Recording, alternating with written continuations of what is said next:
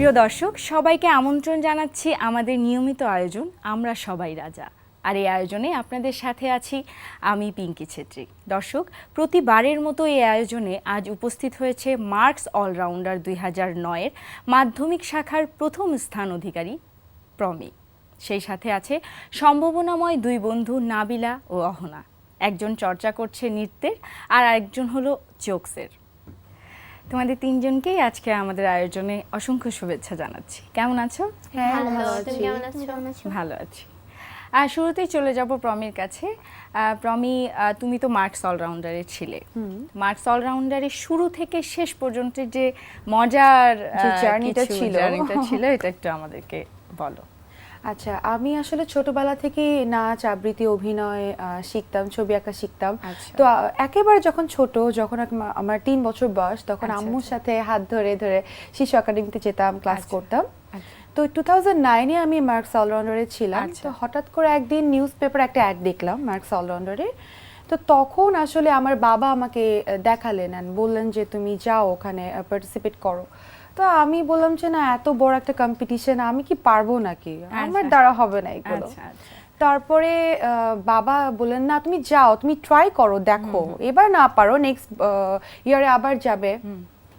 ঠিক আছে, তখন আব্বুর মানে রিকোয়েস্ট করলো যখন, এত করে মা এবং বাবার সাথে আসলে আমি অডিশনে যাই প্রথম।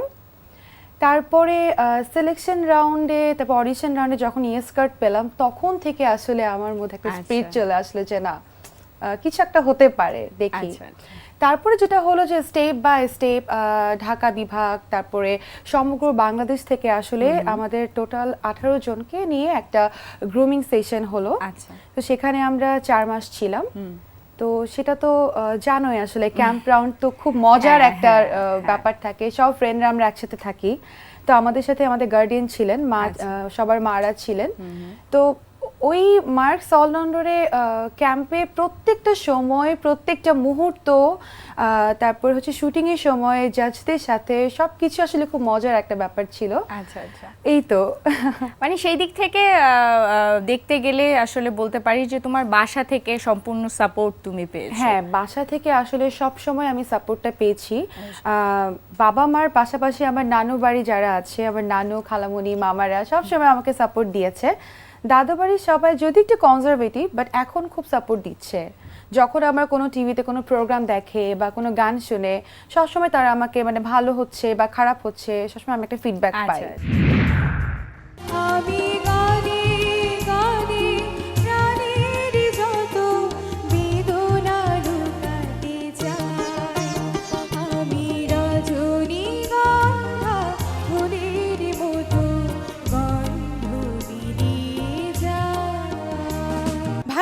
কি উঠতে গেলে স্কন্ধে করে তুলবে ঠেলে, মূর্তি দেখেই ছুটবে ছেলে, চায়নি সে ভার নমস্কার।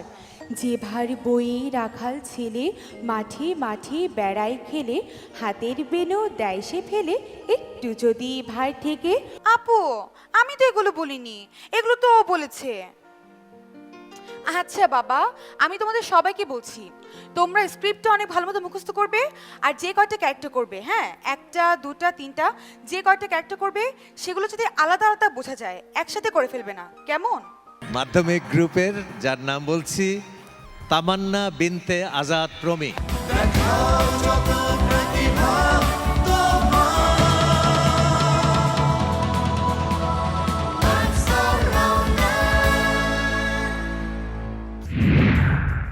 ওকে প্রমি, তোমার সাথে আবারও অনেক গল্প হবে। এ পর্যায়ে চলে যাচ্ছি অহনার কাছে। ছোট বন্ধু অহনা, কেমন আছো? ভালো আছি। এখানে এসে কেমন লাগছে? অনেক ভালো লাগছে। তাই না? তুমি অডিশন দিয়েছো এখানে, রাইট? ইয়েস। কোন সাবজেক্টের উপরে অডিশন দিয়েছো? নাচে। কেমন লাগে তোমার? অনেক ভালো লাগে নাচ। বাসায় কি কেউ নাচ করেন? না, কেউ করেন না। আমি ক্লাসে যেয়ে করি। তুমি কি কোথাও নাচ শেখো? হিন্দল একাডেমিতে। আচ্ছা, কে নিয়ে যান সেখানে? আম্মু। আম্মু নিয়ে যান। এ পর্যায়ে তাহলে তোমার একটা নাচ আমরা দেখতেই পারি, কি বলো? হ্যাঁ, আমরা দেখতেই পারি। ওকে, আমরা এখন একটা নাচ দেখে আসবো।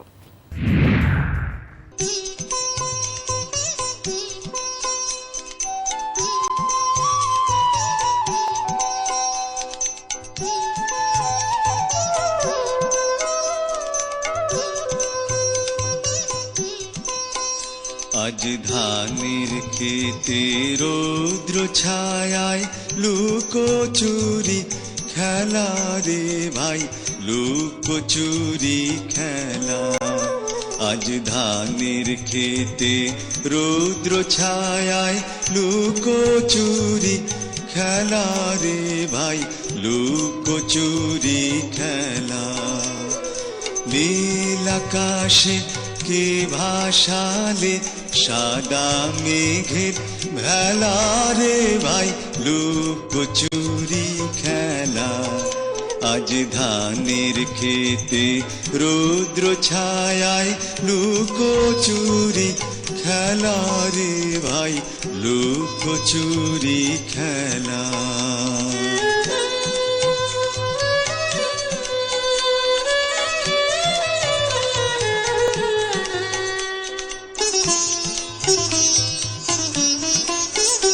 আজ ভ্রমর ভোলে মধু খেতে উড়ে বেড়ায় আলোয় মেতে।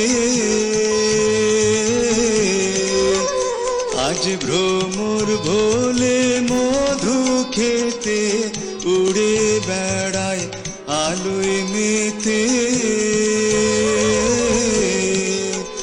আজ কিসের তারে নদীর চরে, কিসের তারে নদীর চরে চোখা চোখের মেলা। নীল আকাশে কে ভাসালে সাদা মেঘের ভেলা রে ভাই, লুকোচুরি খেলা। আজ ধানের খেতে রৌদ্র ছায়ায় লুকোচুরি খেলা রে ভাই, লুকোচুরি খেলা।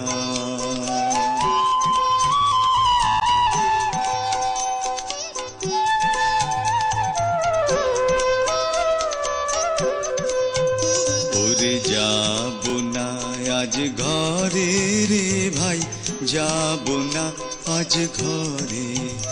ওরে যাব না আজ ঘরে রে ভাই, যাব না আজ ঘরে। ওরে আকাশ ভেঙে বাহিরকে আজ নেব রে লুট করে, যাব না আজ ঘরে। যেন জোয়ার জলে ফেনার রাশি, বাতাসে আজ ছুটছে হাসি। যেন জোয়ার জলে ফেনার রাশি, বাতাসে আজ ছুটছে হাসি। আজ বিনা কাজে বাজিয়ে বাঁশি, বিনা কাজে বাজিয়ে বাঁশি কাটবে সকল বেলা। নীল আকাশে কে ভাসালে সাদা মেঘের ভেলা রে ভাই, লুকোচুরি খেলা। আজ ধানের খেতে রৌদ্র ছায়ায় লুকোচুরি খেলা রে ভাই, লুকোচুরি খেলা। নীল আকাশে কে ভাসালে সাদা মেঘের ভেলা রে ভাই, লুকোচুরি খেলা। আজ ধানের খেতে রৌদ্র ছায়ায় লুকোচুরি খেলা রে ভাই, লুকোচুরি খেলা। কথা বলছিলাম অহনার সাথে, এখন চলে যাব নাবিলার কাছে। কেমন আছো নাবিলা? হ্যাঁ ভালো, তুমি কেমন আছো? ভালো আছি। কেমন লাগছে এখানে এসে আজকে? অনেক ভালো লাগছে, আর এমন একজন সেলিব্রিটির পাশে বসে তো আরো। আচ্ছা, তুমি তো অডিশন দিয়েছো। হ্যাঁ। কোন সাবজেক্টের উপর অডিশন? আমার জোকসে। জোকসে। আচ্ছা, তোমাকে দেখে মনে হয় না যে তুমি, আচ্ছা তোমার কাছ থেকে কিছু এক্সপেরিয়েন্স শুনতে চাই। নিশ্চয়ই অনেকের সামনে বা অনেক অডিয়েন্সের সামনে কখনো জোকস বলা হয়েছে? হ্যাঁ। কেমন কেমন রেসপন্স পেয়েছো? আসলে মানুষকে হাসাতে পারলে নিজের খুব ভালো লাগে। যে কখনো মানুষকে হ্যাপিনেস দাও তো তোমার মধ্যে অনেক হ্যাপিনেস চলে আসবে। রাইট। যে কাউকে যদি তুমি সাহায্য করতে পারো সেটার থেকে পূর্ণ কোনো কাজ তুমি হবে না হয়তো বা। কারো মন খারাপ থাকলে তার মন ভালো করে দাও, সেটাই তোমার জন্য অনেক। আচ্ছা, পড়াশোনা করছো? হ্যাঁ, আমি এবার ক্লাস 10-এ। আচ্ছা, কোন স্কুলে? Motijheel model high school and college. আচ্ছা, বাসায় সবাই সাপোর্ট করে তোমাকে? হ্যাঁ, বাসার সবাই খুবই সাপোর্ট করে, মানে যদি আমিও করতে না চাই তখন বলে যে না তুমি করো, হয়তো তোমাকে দিয়ে হবে। বাসা থেকে ইন্সপায়ার না পাইলে হয়তো কিছুই হতো না। ওকে নাবিলা, এ পর্যায়ে তাহলে আমরা এখন নাবিলার খুব সুন্দর একটা পারফরমেন্স দেখে আসবো, কি বলো? হ্যাঁ, আমরা দেখতে চাই। ওকে। সেদিন বুয়া আয়সা খালাম্মারে বলতেছে, খালাম্মা দুধের পাতিলে একটা ইন্দুর পড়ছে। কি ইন্দুরটারে তাড়াতাড়ি সরানোর ব্যবস্থা কর। আরে সরানোর ব্যবস্থা করে তো আইছি, পাতিলার মধ্যে একটা বিলাই রেখেছি তো।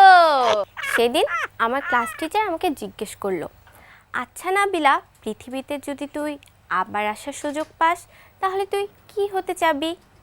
স্যার, তেলাপোকা। এত কিছু থাকতে তুই তেলাপোকা হতে চাস কেন? স্যার, পৃথিবীতে ওই একটা প্রাণী আছে যাকে আমার ছোট বোন ভয় পায়। সেদিন এক চোর বাড়িতে ঢুকে তোর টিভি নিয়ে সেই দৌড়, সাথে বাড়ির মালিকও দৌড়। কতক্ষণ দৌড়ানোর পর চোর থেমে গিয়ে বলছে, আমি আপনার টিভি নিব না, আপনি টিভি নিয়ে যান। আমি টিভি নিব কেন? তুমি এত কষ্ট করে চুরি করেছো, তুমি নিয়ে যাও। তাহলে আপনি এতক্ষণ আমার পিছে দৌড়াচ্ছিলেন কেন? আরে আমি তো টিভির রিমোটটা দেওয়ার জন্য দৌড়াচ্ছিলাম। নাবিলা, তোমার কাছে আমার একটা প্রশ্ন, সেটা হচ্ছে যে জোকস নিয়ে তোমার ভবিষ্যতে পরিকল্পনা কি, কি করতে চাও এই জায়গাটা থেকে? জোকস আসলে এমন একটা জিনিস যা দিয়ে আমি সবার মুখে হাসি ফোটাতে চাই। এটা তো প্রথম যে যে আমাকে দিয়ে কেউ হাসবে, আমার কাছে খুবই মানে আমার লাইফে একটা বড় পাওয়া হবে সেটা। আমি এটা নিয়ে অনেক দূরে যেতে চাই, এগিয়ে যেতে চাই। সবাই হয়তো শুনবে যে জোকস লাইক পছন্দ করবে না, কিন্তু আমি চাই যে সবাই এটা ভাবুক। না, আরেকটা ব্যাপার তোমার হচ্ছে এখন যেটা হচ্ছে সেটা হচ্ছে যে এখন কিন্তু তোমার জোকস মানুষ শোনে। এখন দেখা যায় যে বিভিন্ন স্টেজ শোগুলোতে তোমার হচ্ছে জোকস মানুষ শুনছে, এটার চাহিদা কিন্তু দিন দিন বেড়ে যাচ্ছে। তারপরেও তুমি একটা জিনিস দেখতে পারো যে যেরকম ধরো যে গানের উপরে যেমন অনেক কম্পিটিশন হয়, সেরকম কিন্তু জোকসের উপরেও এনটিভিতেই একটা কম্পিটিশন শুরু হয়েছে, হাসো। তো সেই জায়গা থেকে দেখতে গেলে কিন্তু আমরা অনেক উপরের দিকেই ভাবতে পারি, চিন্তা করতে কোনো দোষ নেই। হ্যাঁ, আমরা দেখি যদি আরেকদিক থেকে আমাদের বাংলাদেশের একজন আবুহেনা রনি, সে কিন্তু ইন্ডিয়াতে মিরাক্কেলে গিয়ে সে চ্যাম্পিয়ন হয়েছে, সেটা আমাদের জন্য খুব গর্বের একটা ব্যাপার। সো আমি সেদিক থেকে আমি জোকসে অনেক দূরে এগিয়ে যেতে চাই। ওকে নাবিলা, তোমার জন্য অনেক শুভকামনা। Thank you. এখন চলে যাব আহনার কাছে। আহনা, তুমি বড় হয়ে কি হতে চাও? আমি বড় হয়ে টিচার হতে চাই, নাচের টিচার, যাতে আমি সবাইকে নাচ শিখাতে পারি, কারণ আমার নাচ একটা প্রিয় জিনিস। বাহ, তোমার ইচ্ছে পূরণ হোক, আমরা এই আশাই করছি। চলে যাব প্রমির কাছে। প্রমি, এখন কি নিয়ে ব্যস্ত আছো? ব্যস্ততাটা এখন ব্যস্ততা হচ্ছে লাস্ট ঈদে আমার একটা সোলো অ্যালবাম এলো, ফার্স্ট সোলো অ্যালবাম। তো ওই অ্যালবাম আসার পরে ওখানে একটা গানের মিউজিক ভিডিও করেছি, ধিমটানা। তো এরপর সামনে ভ্যালেন্টাইন আছে, বৈশাখ আছে, তো এই অকেশনগুলো মাথায় রেখে আরও কিছু মিউজিক ভিডিও করার প্ল্যান আছে। আর এখন তো উইন্টার যেহেতু, সো এখন স্টেজ শোটা একটু বেশি থাকে আসলে আমাদের। সো স্টেজ শো করা হচ্ছে, কিছু মিক্সডে কাজ করা হচ্ছে, আর আমি নিজে অ্যাঙ্কারিং করি একটা চ্যানেলে, সো এটাও করছি, এই তো। বাহ, আচ্ছা, তাহলে এই পর্যায়ে আমরা প্রমির একটা গান দেখেই আসতে পারি, কি বলো? অবশ্যই। ঠিক আছে, চলে যাই।